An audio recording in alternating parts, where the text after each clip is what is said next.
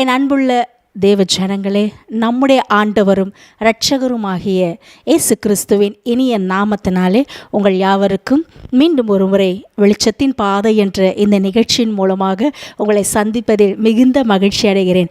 கடந்த நாட்களிலே கர்த்தருடைய சமூகம், தேவ சமூகம் அவர்களுக்கு முன்பாக கடந்து போய் அவர்களை வழி நடத்தியது என்ற தலைப்பின் மூலமாக பல காரியங்களை நாம் தியானித்தோம். இந்த நாட்களிலும் தேவ சமூகம் நமக்கு என்ன செய்கிறது என்று பார்த்தோமானால், தேவ சமூகம் நம்மளுடைய வாழ்க்கையில் இருக்கிற தடைகளை நீக்கி போடுகிறது.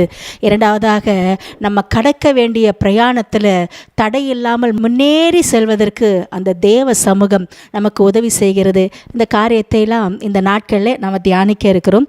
மீகாவின் தீர்க்கதரிசன புத்தகம் 2வது அதிகாரம் 13வது வசனத்தை நான் வாசிக்கின்றேன். தடைகளை நீக்கி போடுகிறவர் அவர்களுக்கு முன்பாக நடந்து போகிறார். அவர்கள் தடைகளை நீக்கி வாசலால் உட்பிரவேசித்து கடந்து போவார்கள். அவர்கள் ராஜா அவர்களுக்கு முன்பாக போவார். கர்த்தர் அவர்கள் முன்னணியிலே நடந்து போவார். ஆமேன், ஹல்லேலூயா. ராஜா முன்பதாக கடந்து போவாராம். யாருக்கு முன்பாக? ஆண்டவர் தடைகளை நீக்கி போடுகிறார். அவளை எவ்வளோ ஒரு அத்தாரிட்டியோட இந்த வசனம் இருக்குது பாருங்க. தடைகளை நீக்கி போடுகிறவர் அவர்களுக்கு முன்பாக நடந்து போகிறாராம். வேதத்திலே யோசுவாவின் புத்தகத்திலே 3வது அதிகாரம் 10-11 வசனங்களை நான் உங்களுக்காக வாசிக்கின்றேன். பின்பு யோசுவா, ஜீவனுள்ள தேவன் உங்கள் நடுவிலே இருக்கிறார் என்பதையும், அவர் கானானியரையும் ஏத்தியரையும் ஏவியரையும் பெரிசியரையும் கிர்காரியரையும் எமோரியரையும் எபூசியரையும் உங்களுக்கு முன்பாக துரத்தி விடுவார் என்பதையும் நீங்கள் அறிந்து கொள்வதற்கு அடையாளமாக, இதோ சர்வ பூமிக்கும் ஆண்டவராய் இருக்கிறவருடைய உடன்படிக்கை பெட்டி உங்களுக்கு முன்னே யோர்தானிலே போகிறது. யோசுவா இஸ்ரவேல் ஜனங்களை நடத்தி கொண்டு வருகிற மோசேக்கு அடுத்ததாக எழும்பின ஒரு தலைவன்.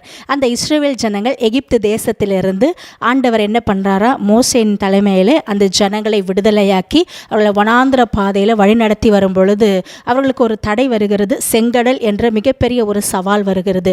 அந்த செங்கடலை பிளந்த ஆண்டவர் அவர்களை நடத்தி கொண்டு வருகிறார். அதற்கு பின்பதாக இன்னும் ஒரு சவால் வருகிறது. யோர்தான் நதி அப்படின்ற ஒரு சவால் அவர்களுக்கு வருகிறது. அந்த யோர்தானுடைய அந்த சவாலை அந்த தலைவருக்கு யாருன்னா யோசுவா, அவர்கிட்ட ஆண்டவர் சொல்கிறாரு, மோசேக்கு பின்பாக எழும்பின அடுத்த ஒரு லீடர். ஆண்டவர் அந்த யோசுவாவை அபிஷேகம் பண்ணி சொன்னார், நான் மோசையோடு இருந்தது போல உன்னோடு கூட நான் இருக்கிறேன் அப்படின்னு ஆண்டவர் அவருக்கு வாக்குத்தத்தம் பண்ணி அந்த இஸ்ரவேல் ஜனங்களை அந்த கானானுக்குள்ளே கொண்டு போய் சேர்க்கிற அந்த பொறுப்பு இந்த யோசுவாவுக்கு ஆண்டவர் வைத்திருந்தார். அந்த இடத்துல கடந்து வருகிற அந்த பாதையில் மிகப்பெரிய ஒரு தடை வருகிறது. யோர்தான் என்கின்ற ஒரு தடை வருது. அதற்கு பிறகு இஸ்ரவேல் ஜனங்கள் எப்படியாவது அந்த யோர்தானை கடக்க வேண்டும். அதற்கு பிறகு எரிகோவை அவர்கள் கடக்க வேண்டும். அப்பொழுதுதான் அவர்கள் கானானுக்குள் பிரவேசித்து அந்த பாலும் தேனும் ஓடுகிற அந்த தேசத்தை அவர்கள் சுதந்திரிக்க முடியும். அப்பொழுதானால் இந்த இஸ்ரவேல் ஜனங்களுக்கு இந்த யோர்தான் ஒரு சவாலாக இருக்கிறதா. ஏன்னா அந்த வசனத்தை பார்த்துருப்பீங்களானால், அந்த நாட்களிலே அந்த யோர்தான் வந்து கரை புரண்டு ஓடுகிற ஒரு சீசன். நம்ம ஊர்லலாம் சீசனில் நிறைய பேர் வெக்கேஷன் போவாங்க, பார்த்துருக்கிறீங்களா? அந்த டைமில் தான், அந்த சம்மர் டைம்லலாம் நிறைய பேர் ஊட்டிக்கு போவாங்க, கொடைக்கானல் போவாங்க, குற்றாலத்துக்கு போவாங்க. போனால் அந்த இடம் நல்லா இருக்கும் அப்படின்னு சொல்லி குடும்பமாக போகிற ஜனங்களை நம்ம பார்த்துருக்குறோம். அதே போல் தான் அந்த நாட்களில் யோர்தான் பார்த்திங்கன்னா கரை புரண்டு அப்படியே அடித்து தள்ளிட்டு ஓடுற மாதிரி ஒரு சீசனில் போய் இஸ்ரவேல் ஜனங்க அங்கே நிற்கிறாங்க. அவங்களுக்கு அதை பார்த்த உடனே திகைச்சு போயிடுறாங்க.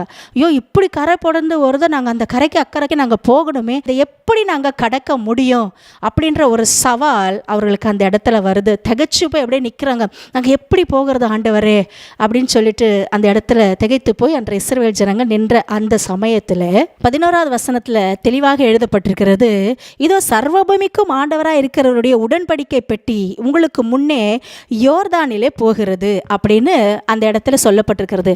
இந்த உடன்படிக்கை பெட்டி மகிமையின் பிரசன்னத்திற்கு அடையாளமாக இருக்கிறது. உடன்படிக்கை பெட்டி தேவ சமூகத்திற்கு அடையாளமாக இருக்கிறது. அவர்களை அந்த உடன்படிக்கை பெட்டி அதற்கு பின்பதாக வழி நடத்தி சென்றதாக இருந்தது. அந்த மகிமையின் பிரசன்னம், தேவனுடைய வல்லமை இறங்குகிற அந்த உடன்படிக்கை பெட்டி அவர்களுக்கு முன்பாக கடந்து போகணுமா? அது எப்படி கடந்து போச்சு அப்படின்னு பார்த்தீங்கன்னா, இந்த 13வது வசனத்தில் நான் உங்களுக்காக வாசிக்கின்றேன்.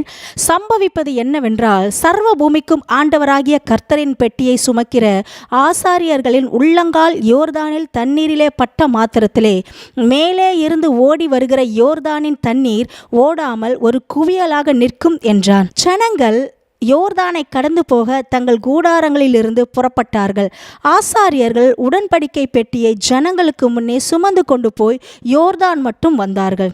யோர்தான் அறுப்பு காலம் முழுவதும் கரை புரண்டு போம். பெட்டியை சுமக்கிற ஆசாரியர்களின் கால்கள் தண்ணீரின் ஓரத்தில் பட்ட உடனே மேலே இருந்து ஓடி வருகிற தண்ணீர் நின்று சார்தானுக்கு அடுத்த ஆதாம் ஊர் வரைக்கும் ஒரு குவியலாக குவிந்தது. உப்பு கடல் என்னும் சமனான வெளியின் கடலுக்கு ஓடி வருகிற தண்ணீர் பிரிந்து ஓடிற்று. அப்பொழுது ஜனங்கள் எரிகோவுக்கு எதிரே கடந்து போனார்கள்.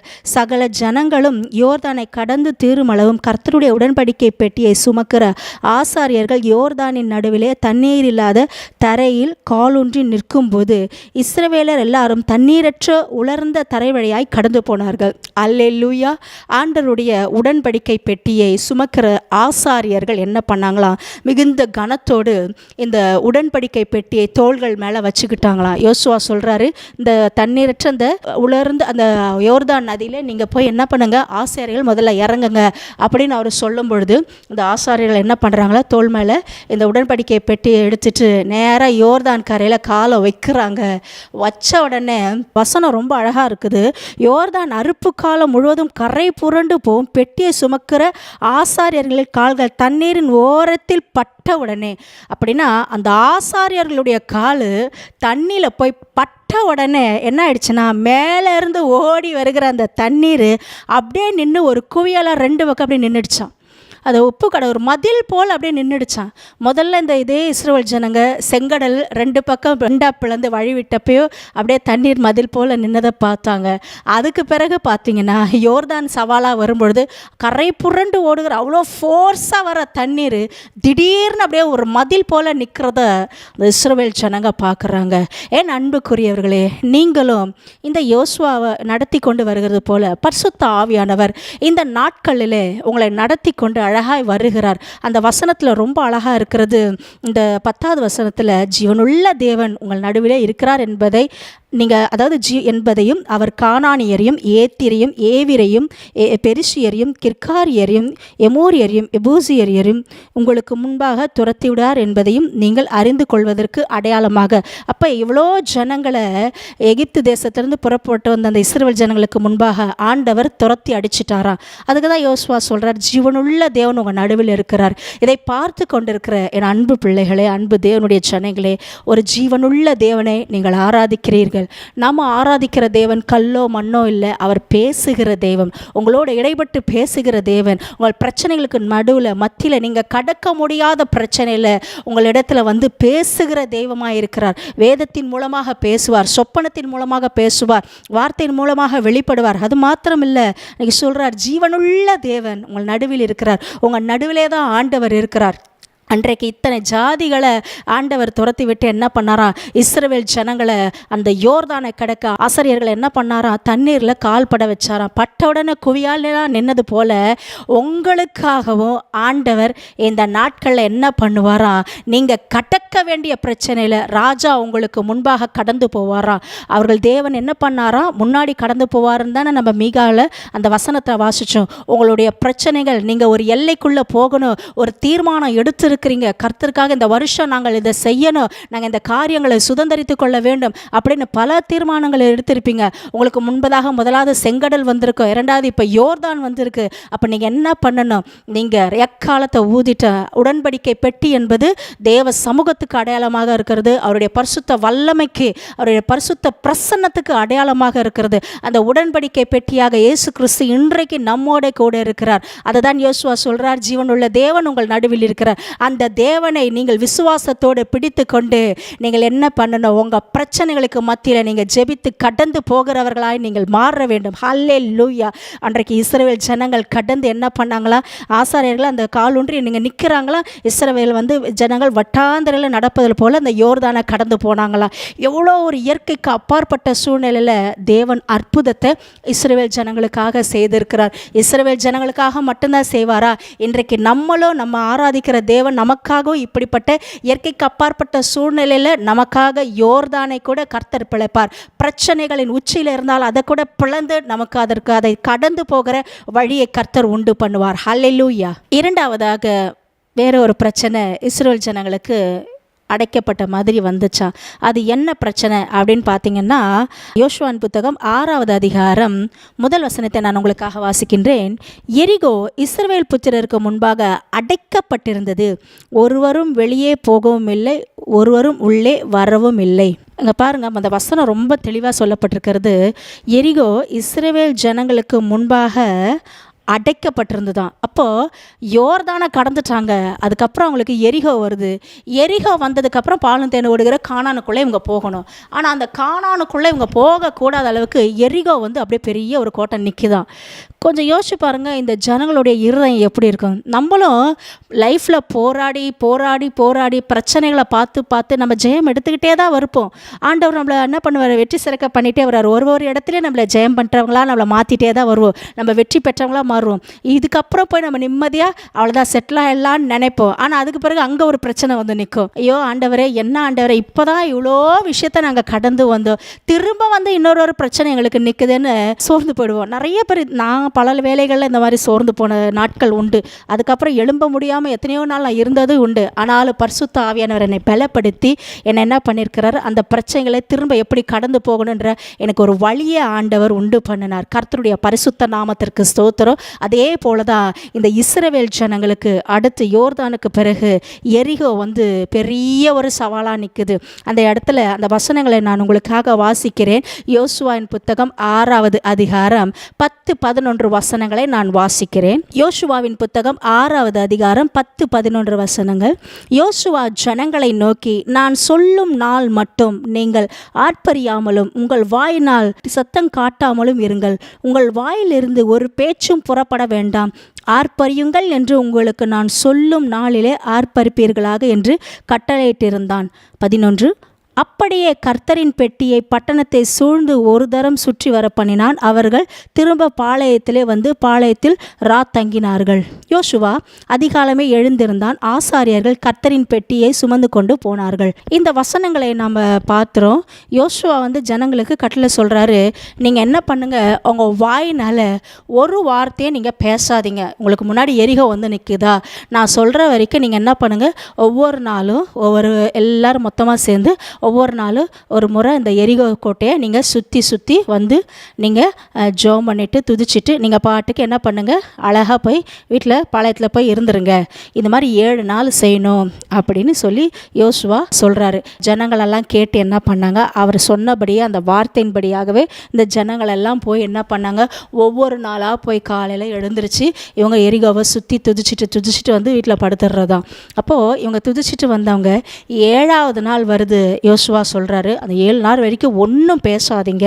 உங்களுக்கும் ஆண்டவர் பல நேரத்தில் உங்கள் எதிரிகள்கிட்ட இந்த மாதிரி சூழ்நிலைகிட்ட போய் நீங்கள் போராடிட்டு நிற்க முடியாது, பிரச்சனைகளை பண்ணிக்கிட்டே இருக்க முடியாது. அவங்க நமக்கு பிரச்சனை கொடுக்கணுன்றதுக்காகவே தான் நிற்பாங்க, தடையாகவே நிற்பாங்க. நல்லா கேட்டுக்கோங்க, பிசாசானவன் 2 பக்கம் கொம்பை வச்சுட்டு அப்படியே வேஷம் போட்டுட்டு டிவியில் காட்டுற மாதிரி கருப்பு ட்ரெஸ் போட்டுட்டுலாம் வரமாட்டான்.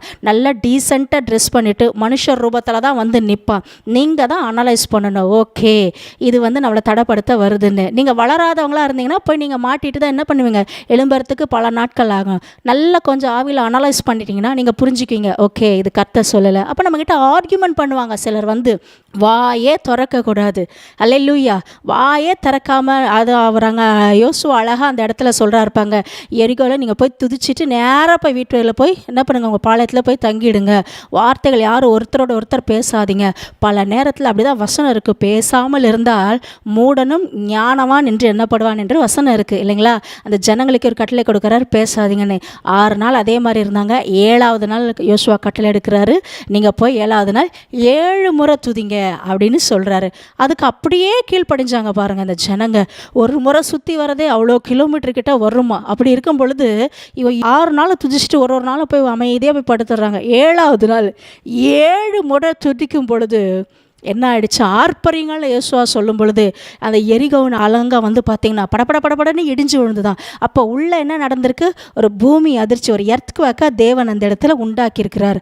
உங்கள் பிரச்சனைகளுக்கு மத்தியிலோ நீங்கள் என்ன செய்யணும், சவால்கள் வரும்பொழுது அமைதியாக இருந்து தேவனை நோக்கி துதிச்சிட்டே இருக்கணும். துதிக்கிறவங்க ஒரு நாளும் தோற்று போகவே மாட்டாங்க.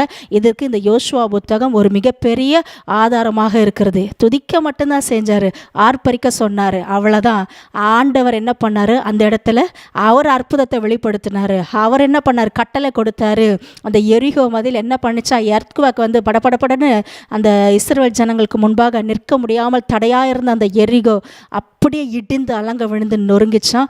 இஸ்ரவேல் ஜனங்க என்ன பண்ணாங்க, அடுத்து கானானுக்குள்ளே போக எரிகோ மேலே ஏறி கடந்து அந்த வழி அடைக்கப்பட்ட அழியை உடைச்சிட்டு உள்ளே போனாங்களா? நீங்களோ இந்த நாட்களில் உங்களுக்கு விரோதமாக எந்த வழிகள்லாம் அடைக்கப்பட்டிருக்கு, பொருளாதாரன்ற மிகப்பெரிய தடை உங்களுக்கு அடைக்கப்பட்டிருக்கிறதா? வேலை இல்லை அப்படின்ற மிகப்பெரிய ஒரு தடை பல நாள் உங்களுக்கு அடைக்கப்பட்டிருக்கிறதா? இல்லை குழந்தை இல்லை, எங்களால் முடியல, பல சிக்கல்களில் போய் நாங்கள் மாட்டிகிட்டு இருக்கிறோம், பலவீனத்தில் படுத்து தூங்கிட்டு இருக்கோம், எங்களை பலப்படுத்த யாரும் இல்லை, எங்களை கடந்து போக வழி இல்லை, இத்தனை வருஷம் எங்களால் போராட்டம் அப்படின்றீங்களா? ஒன்று சொல்கிறேன், நான் என்னுடைய வாழ்க்கையில் இதை அனுபவித்தவன். எப்போவுமே துதிகளை செலுத்திக்கிட்டே இருப்பேன் ஆண்டவர்கிட்ட. ஒவ்வொரு நாள் 1000 ஸ்தோத்திர பலிகளை செலுத்துவேன். மற்றவர்களுக்கு பார்க்கும் பொழுது அது பைத்தியம் போல தெரியும். ஆனால் இப்போ கொஞ்ச நாளாக நான் அதை வந்து செலுத்துறதில்லை. ஆனால் நான் நேரம் கிடைக்கும் போதெல்லாம் தேவனுக்கு நான் அதை செலுத்திடுவேன். ஆனால் துதிச்சு நான் வரும் பொழுது என்னுடைய வாழ்க்கையில் பல பிரச்சனைகளுக்கு, போராட்டங்களுக்கு ஆண்டவர் வெற்றி சிறந்தவராக எனக்கு முன்பாக கடந்து போனார். நான் ஜெயம் பெற்றவளாக எழும்பினேன். அதே போல் நான் என்னோட இருக்கிற சகோதரிகளுக்கோ சகோதரர்களுக்கோ ஊழியத்தில் இருக்கிறவங்களுக்கெல்லாம் சொல்கிற ஒரே ஒரு ரெமெடி என்னென்னா, அதாவது சோதனையை தப்பித்து கொள்ளும்படியான போக்கே தேவன் உண்டு பண்ணுவார். ஹல்லேலூயா. ஒரு சோதனை வருது, ஒரு பிரச்சனை வருதுன்னா அந்த சோதனைக்கு மத்தியில் கர்த்தர் ஒரு பாதையை உங்களுக்கு வைத்திருப்பார். ஒரே ஒரு பெரிய ஆயுதம் என்னென்னா, துதி என்கின்ற ஒரு பெரிய ஆயுதத்தை இந்த வருஷம் ஃபுல்லாக நீங்கள் செய்துக்கிட்டே இருங்க. அது வந்து மற்றவங்களுக்கு பைத்தியகாரத்தனமாக தோணும், என்ன வந்து ஜெபிக்கிற நேரத்தில் துதின்றாங்களே, எனக்கு கிடையாது. அதுதான் மிகப்பெரிய சத்துருடைய கோட்டையை வீழ்த்துகிற ஒரு மிகப்பெரிய ஆயுதம். நீங்கள் துதிக்கும் போது அலங்கம், உங்கள் வாழ்க்கையில் என்னென்ன அலங்கம் இருக்கோ எல்லாம் இடிந்து விழுகிறதை உங்கள் கண்களால் நீங்கள் பார்ப்பீங்க. உங்கள் சின்ன கண்களால் ஆண்டவர் பெரிய அற்புதங்களை செய்கிறத நீங்கள் பார்ப்பீங்க. பாதையே இல்லாத இஸ்ரவேல் ஜனங்களுக்கு பாதையை உண்டு பண்ணது தேவனுடைய சமூகம். வழியே இல்லை, அடைக்கப்பட்டிருந்த அந்த எரிகோவில் துதியின் மூலமாக ஆண்டவர் இடிந்து விழ வைத்தது அந்த தேவக சமூகம். ஹல்லேலூயா. உங்களுக்காக நான் ஜெபிக்க இருக்கிறேன். நம்ம கண்களை மூடி நம்ம ஜெபிக்கலாமா? எங்கள் அன்பின் இயேசுவே, ஆசீர்வாதமான இந்த நல்ல ஆண்டவரே, வேலைக்காக உம்மை துதிக்கிறோம், உம்மை ஸ்தோத்திரிக்கிறோம் ராஜா. அன்றைக்கு இஸ்ரவேல் ஜனங்கள் பிரயாணம் பண்ணும் பொழுது யோர்தான் அவர்களுக்கு தடையாக வந்து நின்றது ஆண்டவரே. நாங்கள் வேதத்தில் வாசிக்கிறோம், ஆசாரியர்களில் உள்ளங்கால் பட்ட மாத்திரத்திலே யோர்தான் புரண்டு கரை புரண்டு போய் ஒரு குவியலாக நின்றது, மதிலை போல நின்றது என்று நாங்கள் பார்க்கிறோமே. உங்கள் பிள்ளைகளுக்கு விரோதமான என்ன யோர்தான் போன்ற பிரச்சனைகள் வந்து நின்றாலோ ஆண்டவரே, அது தடைப்படுத்த முடியாது இயேசுவின் நாமத்தினால. அது என்ன கரை புரண்டு ஓடுகிற எவ்வளோ ஃபோர்ஸாக வந்தாலும் ஆண்டவரே, உம்முடைய சமூகம் உங்களை பிள்ளைகளை வழி நடத்தி கொண்டு வருகிறதற்காக ஸ்தோத்திரம். அவர்களுடைய ராஜா அவர்களுக்கு முன்பாக கடந்து போகிறார் என்று நாங்கள் வேதத்தில் வாசித்தோமே. அப்பா, இயேசு மகாராஜாவை எங்களுக்கு முன்பாக நீங்கள் கடந்து போகிறவராய் இருக்கிறீர். எல்லா தடைகளையும் உடைத்து போடுகிறவராய் இருக்கிறதற்காக உமக்கு ஸ்தோத்திரம் ராஜா. அது மாத்திரமில்லை, எரிகோ இஸ்ரவேல் ஜனங்களுக்கு முன்பாக அடைக்கப்பட்டிருந்தது என்று நாங்கள் வாசிக்கிறோமே. உங்கள் பிள்ளைகளுக்கு விரோதமாக என்னென்ன ஆசீர்வாத பிளான் எல்லாம் நீங்கள் வச்சிருப்பீங்களோ அந்த பிளானுக்கு விரோதமாக மிகப்பெரிய ஒரு தடை அடைக்கப்பட்டிருந்தாலும் இயேசுவின் நாமத்தினால, ஓ ஹல்லேலூயா, இந்த பிள்ளைகளுக்கு விரோதமான எல்லா தடைகள், எரிகோ போல இருக்கிற தடைகள் இடிந்து விழுவதாக என்று ஆண்டவரே நாங்கள் கட்டளையிடுகிறோம். துதிக்கும் பொழுது எப்படி அலங்கம் இடிந்து விழுந்ததோ அதே போல இந்த செய்தியின் வாயிலாக கேட்டுக்கொண்டிருக்கிற ஒவ்வொரு பிள்ளைகள் மூலமாக யார் யாரெல்லாம் துதிக்க ஆரம்பிக்கிறார்களோ, துதி செய்ய தொடங்குகிறாங்களோ, இயேசுவின் நாமத்தினால் அவர்கள் வாழ்க்கையில் இருக்கிற எல்லா அலங்கங்கள் இடிந்து விழுவதாக. கர்த்தர் ஒரு அற்புதத்தை செய்து அடுத்த படிக்கு நேராக, அடுத்த பிரமாணத்துக்கு நேராக ஒவ்வொரு பிள்ளைகள் ஆண்டவரை யோர்தானை கடக்கவோ எரிகோவை கடக்கவோ கர்த்தர் உதவி செய்வீராக. கர்த்தர் அப்பா உங்கள் ஜனங்களுடைய வாழ்க்கையில் ஒரு பெரிய காரியங்களை செய்து சாட்சியாய் மாற்றுவீராக. இயேசு கிறிஸ்துவின் மூலம் ஜெபத்தை ஏறெடுக்கிறோம் எங்கள் நல்ல அருமை பிதாவே, ஆமேன். என் அன்பு தேவனுடைய பிள்ளைகளே, உங்களுக்கு எதிராக யோர்தான் வரலாம், எரிகோ வரலாம், என்ன வந்தாலும் நமக்கு முன்பாக ராஜா கடந்து போகிறார். அவருடைய சமூகம் உங்களுக்கு முன்பாக கடந்து போகும். விசுவாசம் உள்ளவர்களாக இருங்க, துதிங்க. கர்த்தர் உங்களை ஆசீர்வதிப்பார். God bless you.